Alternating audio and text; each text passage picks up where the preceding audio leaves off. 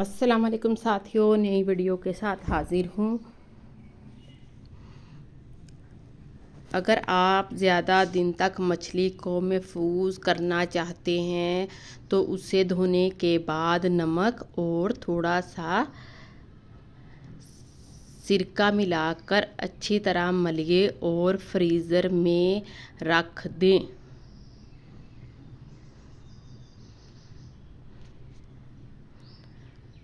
पकोड़े या समोसे तलते वक्त अमूमन कुकिंग ऑयल की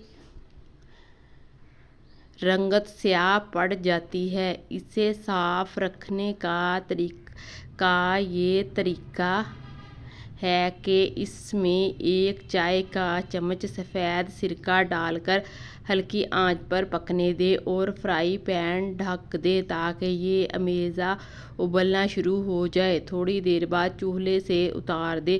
तेल साफ़ हो चुका होगा, इसे छानकर दोबारा इस्तेमाल कर लें।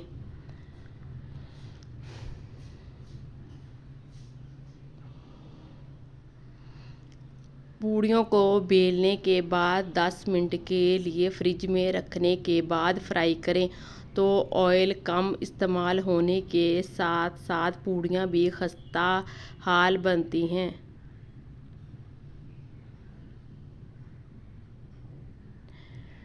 गंदम को ज़्यादा अरसे तक महफूज करने के लिए इसे किसी बोरी या टीन के किसी कनस्तर में भरकर इसमें मेथी के खुश्क पत्ते पीसकर मिला दें और डब्बा कनिस्टर का मुंह अच्छी तरह बंद कर दें।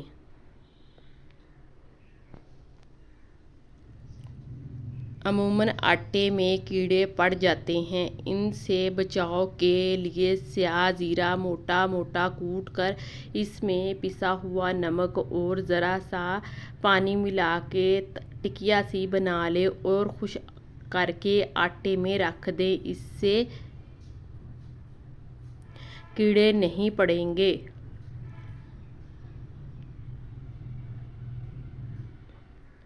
महीने में 2-3 बार ग्राइंडर में नमक पीसने से ग्राइंडर के ब्लेड तेज़ रहते हैं।